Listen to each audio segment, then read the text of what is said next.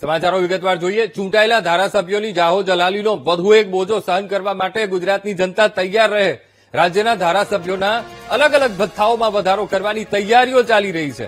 નજીવી કિંમતમાં હાઈફાઈ સુવિધાઓ ભોગવતા ધારાસભ્યોને વધુ સસ્તી સુવિધાઓ આપવા માટે વિચારણા થઈ રહી છે।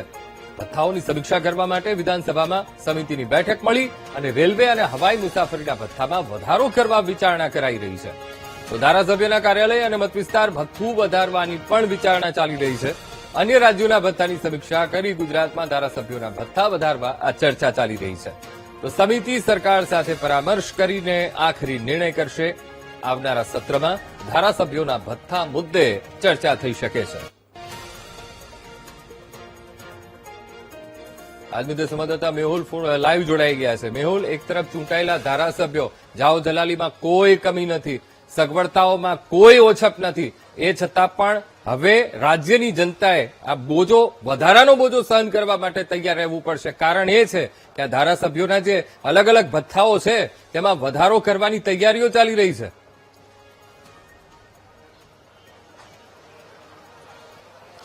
બિલકુલ થી અંકુર, વાત કરવામાં આવે તો ધારાસભ્યો જે છે તેમને અલગ અલગ ભથ્થાઓ જે છે આપવામાં આવે છે। તેમાં રેલવે મુસાફરી ભથ્થું, હવાઈ મુસાફરી ભથ્થું, તેમના કાર્યાલયનું ભથ્થું અને તેમના મત વિસ્તારનું ભથ્થું જે છે તે ચૂકવવામાં આવે છે।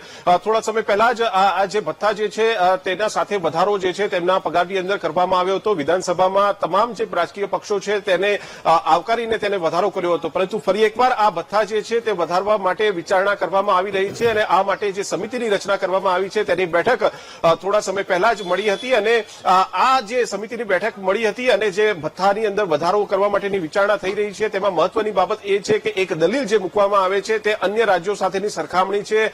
જે માહિતી મળી રહી છે તે પ્રમાણે જે કેટલાક જે ધારાસભ્યો, જે સમિતિના સભ્યો છે તેમની સાથે વાતચીત કરી તેમાં તેમની દલીલ છે કે અન્ય રાજ્યોની અંદર આ જે ભથ્થા છે તે વધુ ચૂકવવામાં આવે છે અને જે પ્રમાણે જે વિસ્તારની અંદર જે ધારાસભ્યો જે છે તે વિકાસના કામો માટે અને અન્ય લોકો સાથે બેઠકો કરે છે અને જે મત વિસ્તારની અંદર તેમનું ટ્રાવેલ થતું હોય છે તેના કારણે આ ભથ્થા જે છે અત્યારે જે વર્તમાન ભથ્થા ખૂબ ઓછા છે અને વધુ ભથ્થા જે છે તે મેળવવા માટે આ જે સમિતિની રચના કરવામાં આવી છે અને તેની અંદર સમીક્ષા કરવામાં આવી છે। સંભવતઃ જે માનવામાં આવી રહ્યું છે તે પ્રમાણે આ જે બજેટ સત્ર છે તેની અંદર તે વધારાના જે ભથ્થાઓ છે તેને માટે મંજૂરી જે છે તે મળી શકે છે, પરંતુ તે પહેલા જે સમિતિની બેઠકો જે છે તે મળી રહી છે। અન્ય રાજ્યોના જે ભથ્થાઓ છે તેની સાથે સીધી સરખામણી કરવામાં આવી રહી છે અને આ જે ધારાસભ્યોના જે ભથ્થાઓ છે તેના જે વર્તમાન ભથ્થાઓ છે તેની અંદર વધારો કરવા માટે જે છે તે ચર્ચા થઈ રહી છે અને સમીક્ષા પણ કરવામાં આવી રહી છે। અંકુર, ખાસ કરીને મેહુલ, આપની પાસેથી એ પણ જાણવું છે કે હવે તો ક્વાર્ટર્સ તો કહી ના શકાય, કારણ કે એપાર્ટમેન્ટ જ અને ફુલ્લી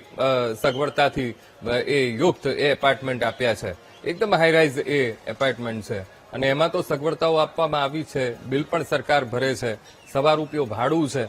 હવે સાથે મુખ્ય સવાલ એ છે કે હમણાં થોડા સમય પહેલા જ આ ભાવ વધારો, એમને ભથ્થામાં વધારો કરવામાં આવ્યો છે, ફરી એકવાર શા માટે? એવું તે શું ધારાસભ્યોને લાગી રહ્યું છે કે ના, હજુ ભથ્થામાં વધારો કરવો પડશે, હજુ જરૂર છે?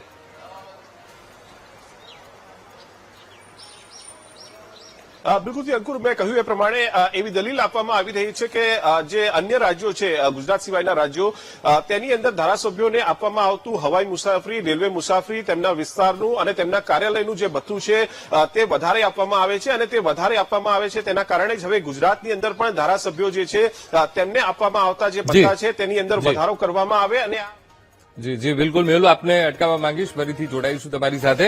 આપણી સાથે જોડાયા છે ધારાસભ્ય પાટણ કિરીટ પટેલ, તેઓ આપણી સાથે ફોન લાઈન પર જોડાઈ ગયા છે। કિરીટભાઈ, હવે વધુ એક સગવડતા મળવા માટે તૈયારી રાખવી પડશે ધારાસભ્ય, કારણ કે એક આખી બેઠક સમિતિ વિચારણા કરી રહી છે કે ભાઈ ધારાસભ્યોના ભથ્થામાં વધારો થાય।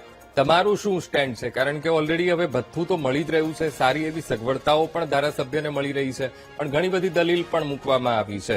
આપ સંમત છો એ સાથે, કિરીટભાઈ? જો જે રીતે તમે અભ્યાસ કરો કે ભારતની અંદર જેટલા પણ રાજ્યો આવેલા છે, દરેક રાજ્યની અંદર ધારાસભ્યોને જે સગવડ, એમને જે ભથ્થા આપવામાં આવે છે એમાંથી સૌથી ઓછામાં ઓછી સગવડ અને સૌથી ઓછામાં ઓછો પગાર, સૌથી ઓછામાં ઓછા ભથ્થા એ ગુજરાતની અંદર મળી રહે છે। ગોવાની અંદર નાનું રાજ્ય છે, મહારાષ્ટ્ર હોય તો ત્યાં ધારાસભ્યને 2-3 લાખનો પગાર મળે છે. અને તમે જુઓ કે જે કમિટીએ નિર્ણય લીધો છે તો મને લાગે છે કે કમિટીએ બીજા રાજ્યોની સરખામણી કરી અને એમાં જે પ્રમાણેના ભથ્થા મળતા હોય એ પ્રમાણેની વાત કરીએ છીએ. બીજી બાબત કે હાલ ધારાસભ્યના પગાર વધારવાની વાત નથી, ખાલી ભથ્થા વધારવાની વાત છે. હવે હાલ ધારાસભ્યને કુલ એના પીએ નો પગારથી માંડી એના સ્ટેશનરી બધું દર મહિને 30,000 જેટલું ભથ્થું આપવામાં આવે છે. તમે જાણો કે ધારાસભ્ય એની પાસે એક પીએ રાખે અથવા એક એની ઓફિસ હોય, બરાબર, 10 થી 15,000 એના 2 પીએ ને પગાર આપે અને એની ઓફિસના એક માણસને પગાર આપે. તો બધા ધારાસભ્યો સક્ષમ ના હોય કે પોતાની ઓફિસ હોય, એટલે કોઈ ભાડે રાખી અને ઓફિસ ચલાવતો હોય તો 10-15 મિનિમમ એક ધારાસભ્યનું કાર્યાલય ચલાવવાનો મિનિમમ ખર્ચો એ 50,000 થી 70,000 રૂપિયા થતો હોય છે, ચા પાણી ઓફિસ. એટલે એ પ્રમાણે મને લાગે છે કે કમિટીએ નિર્ણય લીધો છે. બધી બાબતનો નિર્ણય એની તપાસ કર્યા બાદ પગાર નહીં પણ ભથ્થા વધારવાનો નિર્ણય લીધેલો છે અને એ નિર્ણય મને લાગે છે કે યોગ્ય છે. અચ્છા, હવે કિરીટભાઈ, હવે સીધો ભાર સીધો સરકારી તિજોરી ઉપર આવશે, કારણ કે જેવું ભથ્થા વધારાશે અત્યારે તો સમિતિને મોકલવામાં આવ્યું છે, વિચારણા થશે, સરકાર સાથે પણ ચર્ચા થશે, ત્યારબાદ કદાચ અમલી બનશે. લાગી રહ્યું છે કે સરકારી તિજોરી પર પણ ભારણ પડશે. આફ્ટરઓલ તો જનતા ઉપર જ આખો બોજો આવશે, સમજશો તમે? તમે સાંભળો કે ધારાસભ્યનો કદાચ 10 થી 15,000 નો વધારો થાય એક મહિનાનો ધારાસભ્યનો, તો 182 ધારાસભ્ય હોય તો એના 10 કે 15, ચલો 20,000 રૂપિયા ગણો તો 12 મહિનાનો કેટલો ખર્ચ વધી જાય. કિરીટ પટેલ કેટલું ફેસ કરે છે? કિરીટ પટેલને કેટલું સફર કરવું પડે છે? હું તો જુઓ, હું ધારાસભ્ય તરીકેનો પગાર લેતો નથી. એની બાબતે મેં પહેલી ટર્મની અંદર ધારાસભ્યનો પગાર, બીજી ટર્મની અંદર મેં ધારાસભ્ય તરીકેનો પગાર લીધો નથી. જે ભથ્થા મળે છે હું લઉં છું, એટલે મને તો કઈ લાભો ફેર પડવાનો નથી. પણ ખરેખર જે મેં આટલા વર્ષ સુધી અનુભવ્યું છે, મારી તો પોતાની ઓફિસ છે, પણ જેની પોતાની ઓફિસ ના હોય, જે ધારાસભ્યો સક્ષમ ના હોય, એમને આ ધારાસભ્યનો 1 લાખનો પગાર મળતો હોય ને 30,000 નું એને ભથ્થું મળતું હોય, એવરેજ 1,30,000 રૂપિયાનો એને મહિનાનો પગાર અને ભથ્થા સાથે થતું હોય, એ એક ધારાસભ્ય તરીકે એના મોટ વિસ્તારની અંદર ફરવા માટે, ધારાસભ્યની ઓફિસ ચલાવવા માટે પૂરતું નથી. એવો મારો હવે કિરીટભાઈ, તમે તો સક્ષમ છો, તમે તો એ લેતા પણ પગાર પણ નથી લેતા. ખૂબ સરસ આ તમે બાબત છો. એક જનપ્રતિનિધિ કેવા હોવા જોઈએ તમે બહુ જ સરસ રીતે પુરવાર કરો છો. પણ તમારી આજુબાજુ જે રીતે તમે કહ્યું કે કોઈ અન્ય ધારાસભ્ય છે, તો એવા કયા ધારાસભ્ય છે જે અસક્ષમ તમને લાગી રહ્યા છે, કે જેમને એ ફરિયાદ રહેતી હોય કે ના ભાઈ હજુ આ જે ભથ્થું છે ઘટી રહ્યું છે, પહોંચી નથી વળાતું? જુઓ, મેં કહ્યું એમ કે 182 ધારાસભ્યની અંદર માત્ર 15 કે 20 ધારાસભ્યો એવા સક્ષમ છે કે જેને પોતાના પગારની જરૂર ના હોય, મોટા ઉદ્યોગપતિ હોય, બિલ્ડર હોય. બાકી 70 થી 80 ધારાસભ્યો જે મારા પરિચયની અંદર છે, એ મને લાગે છે કે એટલા બધા આર્થિક રીતે સક્ષમ નથી અને એમને પૂરતું બીજા રાજ્યોની સરખામણીમાં જે પ્રમાણેનો પગાર અને ભથ્થા મળે છે એ મળવા જોઈએ. બિલકુલ, ખૂબ ખૂબ આભાર કિરીટભાઈ, આપ અમારી સાથે જોડાયા, વાતચીત કરી. તો આ હતા પાટણના ધારાસભ્ય કિરીટ પટેલ. તેમણે કહ્યું કે હું પગાર તો લેતો નથી, પણ હા ભથ્થા લઉં છું.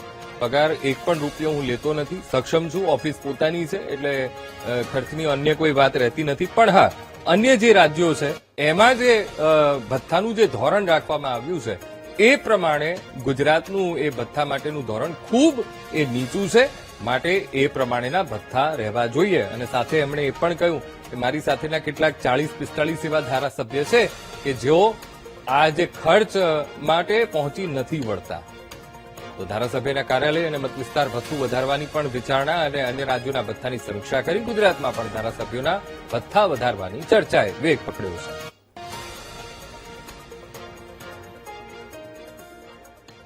સોના ચાંદીના ભાવમાં ફરી એકવાર જોરદાર તેજી જોવા મળી રહી છે. બજાર ખુલતાની સાથે જ ચાંદીના ભાવમાં મોટો ઉછાળો નોંધાયો. ચાંદીમાં એક જ દિવસમાં 14,000નો મોટો ઉછાળો અને પ્રતિ કિલો ચાંદીનો ભાવ 2,65,000 પહોંચી ગયો છે.